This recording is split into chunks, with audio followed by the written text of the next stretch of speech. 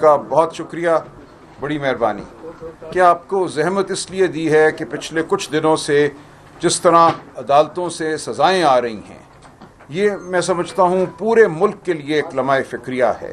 ہمارے عدالتی نظام کو ایک آلہ بنا دیا گیا ہے، ایک آلہ شفافیت کا، آواز کو دبانے کا، جمہوری آئینی حقوق کو ختم کرنے کا۔ 10 سال کی سزائیں دی جا رہی ہیں، کس بنیاد پر؟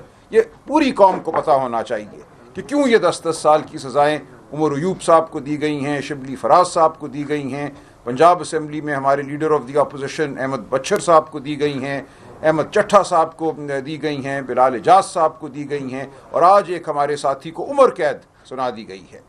تو مقصد ان سزاؤں کا صرف یہ ہے کہ پاکستان کی عوام دہشت زدہ ہو جائے، پاکستان کی عوام یہ سمجھے کہ آگے کوئی راستہ نہیں ہے، اور یہ بھول ہے ان لوگوں کی جو پاکستان کی عوام کو دہشت زدہ کرنا چاہتے ہیں۔ پاکستان کی عوام اب حقیقی آزادی چاہتی ہے، جمہوریت چاہتی ہے۔ پاکستان کی عوام ڈر کے نہیں رہنا چاہتی، خوف سے نہیں رہنا چاہتی۔ تو میں عرض کر رہا تھا کہ جو سزائیں ہوئی ہیں ہمارے دوستوں کو، عمر ایوب صاحب کو، شبلی فراز صاحب کو، دیگر جو ہمارے پنجاب اسمبلی کے ممبران ہیں، دیکھیں آپ کو پتہ ہونا چاہیے کہ یہ سزا کیوں ہوئی ہے۔ ان سب پر ایک الزام ہے، الزام یہ ہے کہ 9 مئی کے حوالے سے انہوں نے ایک سازش میں شمولیت اختیار کی۔ کہا یہ جاتا ہے، جو کہ بالکل غلط ہے، جس کو ہم رد کرتے ہیں، کہ عمران خان صاحب نے ایک میٹنگ کی 4 مئی 2023 کو چکری میں، وہاں رکے وہ موٹر وے کے کنارے، اور ایک میٹنگ کی انہوں نے۔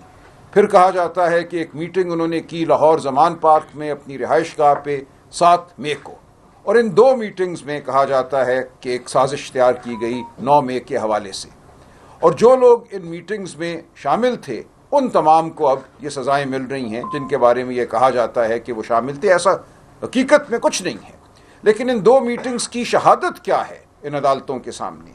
صرف 2 پولیس کے ملازمین۔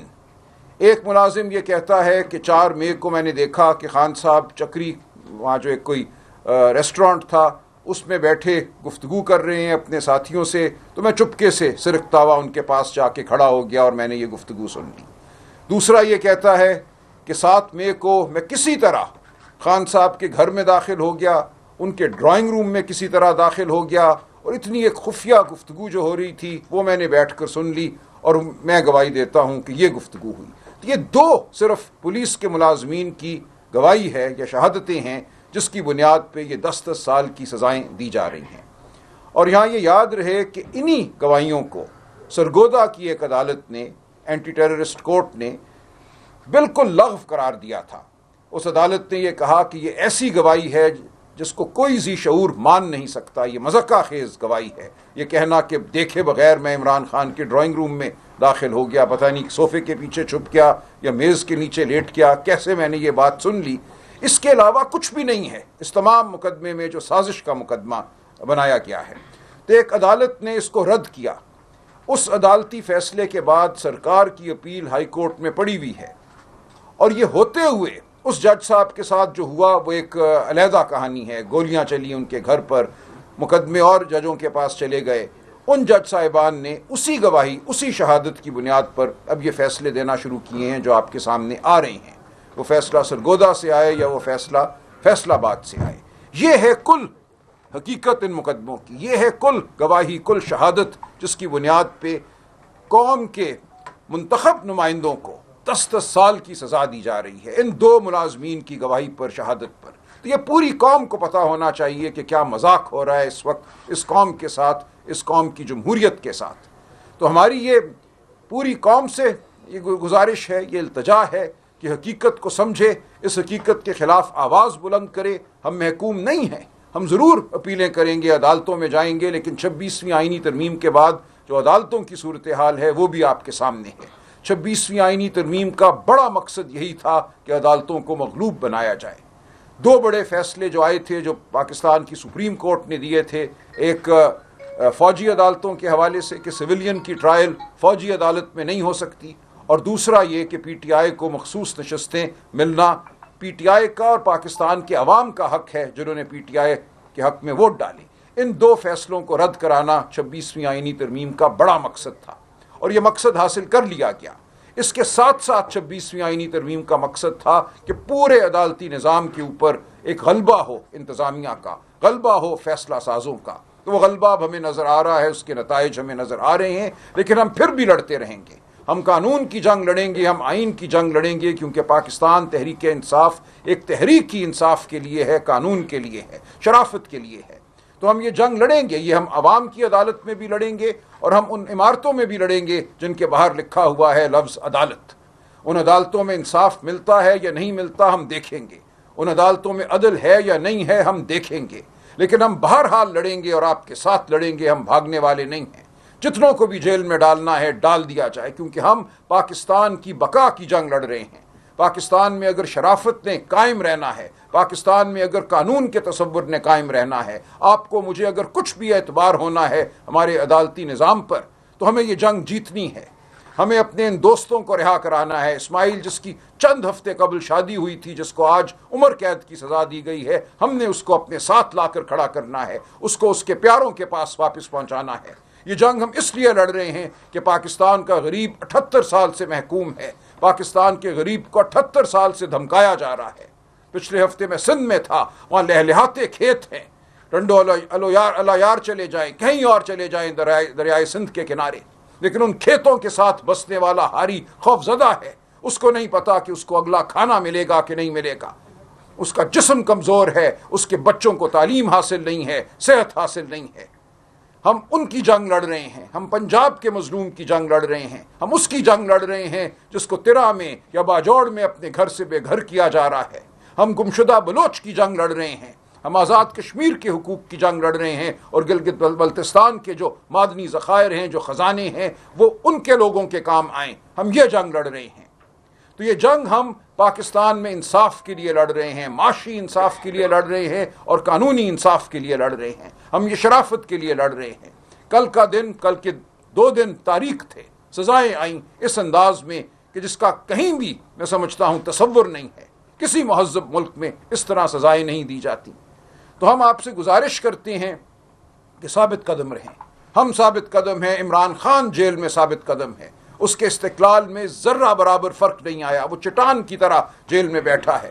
5 اگست کو اس کے 2 سال ہو جائیں گے جیل میں۔ 5 اگست کا دن ہم سب کو یاد دلاتا ہے کہ ہم ایک جنگ میں ہیں، حالت جنگ میں ہیں۔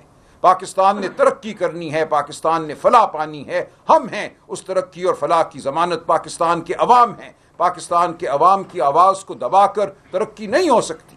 آپ کسی بھی ملک سے کوئی بھی معاہدہ کر لیں، بالآخر پاکستان کے عوام نے پاکستان کے کھیتوں میں کام کرنا ہے، پاکستان کی فیکٹریوں میں کام کرنا ہے۔ جب تک ان کا دل نہیں ہوگا، جب تک ان کو عزت نفس حاصل نہیں ہوگی، یہ ملک ترقی نہیں کرے گا۔ ہم نے پاکستانیوں کو ان کی عزت نفس واپس دلانی ہے۔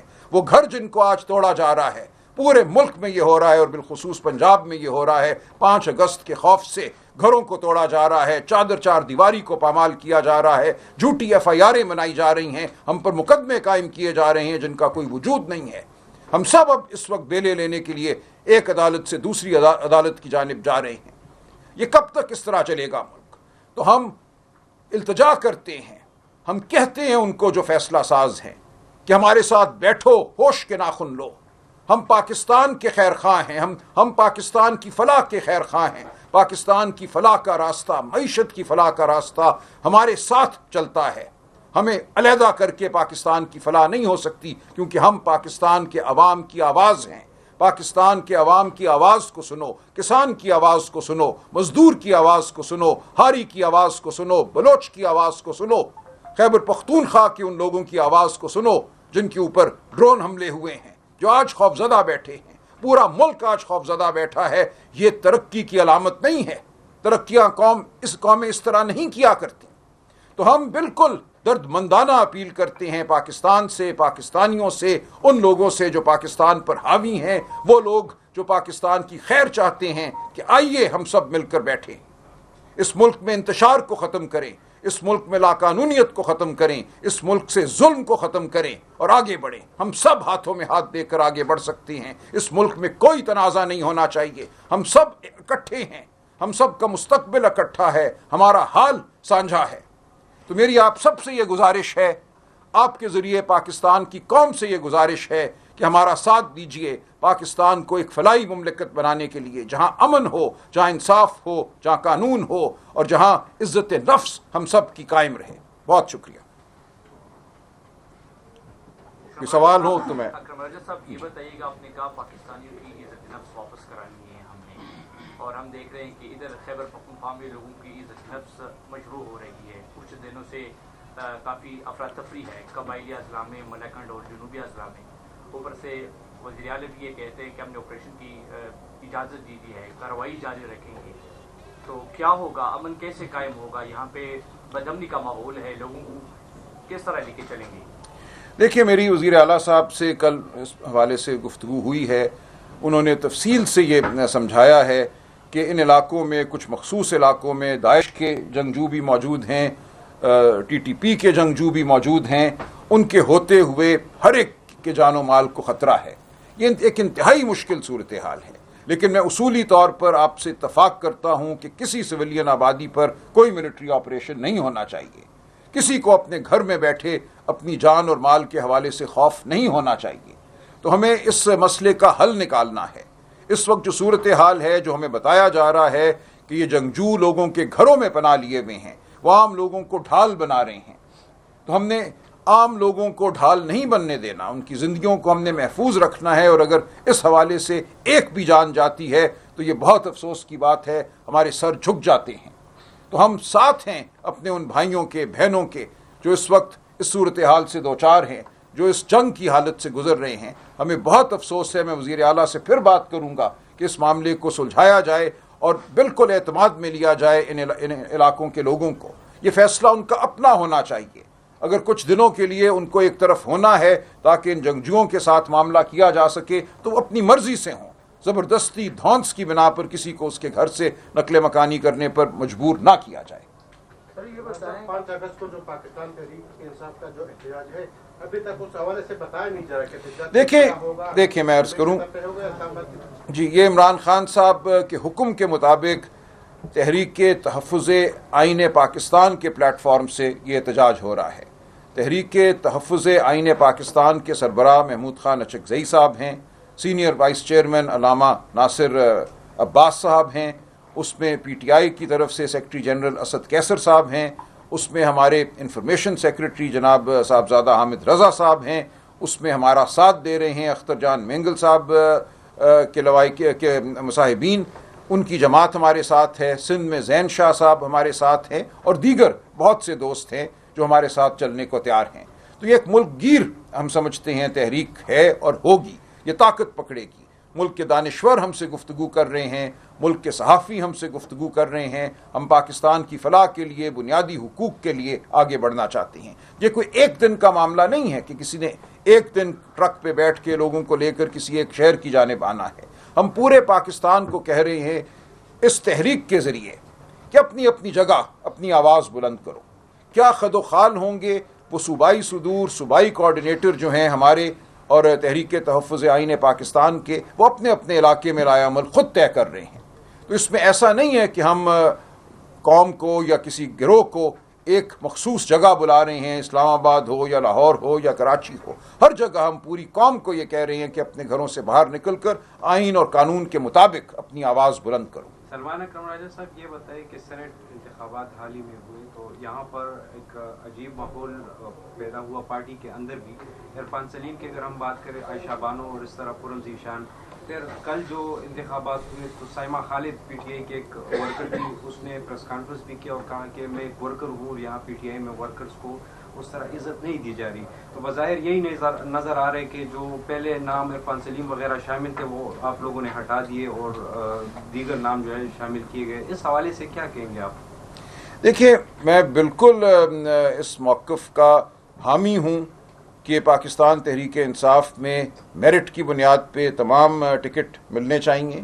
ورکر کا حق پہلا ہے، کسی امیر کا کوئی حق نہیں ہے کہ وہ اربوں کی بنیاد پہ ٹکٹ حاصل کر سکے، ایسا بالکل نہیں ہونا چاہیے۔ جو اپنا خون پسینہ دیتے ہیں سب سے پہلا حق ان کا ہے، تو اس اصول پہ تو کوئی دو آرا نہیں ہے۔ دیکھیں، یہ نام جو ہیں ایک پیچیدہ معاملہ تھا، لیکن ایک چیز بالکل واضح ہو کہ عمران خان صاحب سے ہمارا رابطہ پچھلے 15-16 ہفتوں سے بہت محدود کر دیا گیا ہے۔ میں پچھلے 16 ہفتوں میں صرف 2 دفعہ 24 اور 25 مئی کو چند منٹوں کے لیے خان صاحب سے ملا ہوں. اسی طرح ان کی بہنوں کا رابطہ بھی بہت محدود کر دیا گیا ہے. وکلاء کو نہیں ملنے دیا جا رہا. جو ان کے سیاسی رفقا ہیں ان کو اکتوبر 2024 سے ان سے نہیں ملنے دیا گیا.